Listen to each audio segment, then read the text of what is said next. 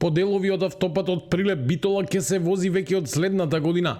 Владата најавува фазно пуштање на трасата повеќе од 3 години по потпишувањето на договорот за коридорите 8 и 10Д.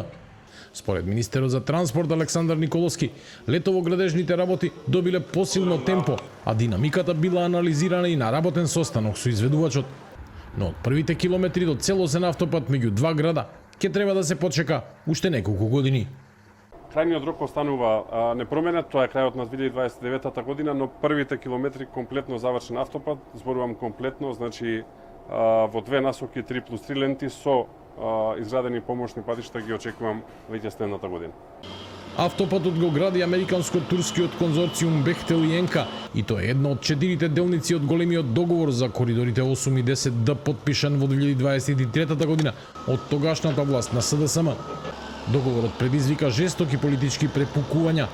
Тогаш опозицијската ВМРО-ДПМН го нарекуваше скандалозен и бараше да биде објавен, отварајќи прашања за цената и законските измени.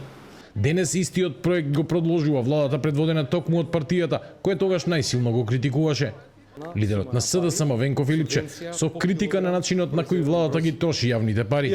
Според него, парите се насочуваат кон, како што вели, криминални тендери и проекти од кои граѓаните немаат интерес, а власта се обидува да ја наметне приказната дека сите политички опции се исти.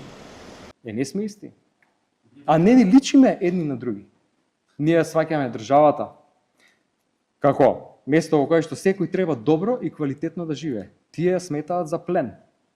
Ние дававме мерки за подршка на граѓаните, тие парите ги крадат преку криминални тендери. Автопатот Прилеп Битола е долг околу 40 километри, а финансиската конструкција за оваа делница е проценета на околу 260 милиони евра. Проектот е дел од договорот со Бехтел и Енка за коридорите 8 и 10Д. Со истиот договор се градат и делниците Тетово Гостивар, Гостивар Букојчани и Требениште Струга Ќафасан.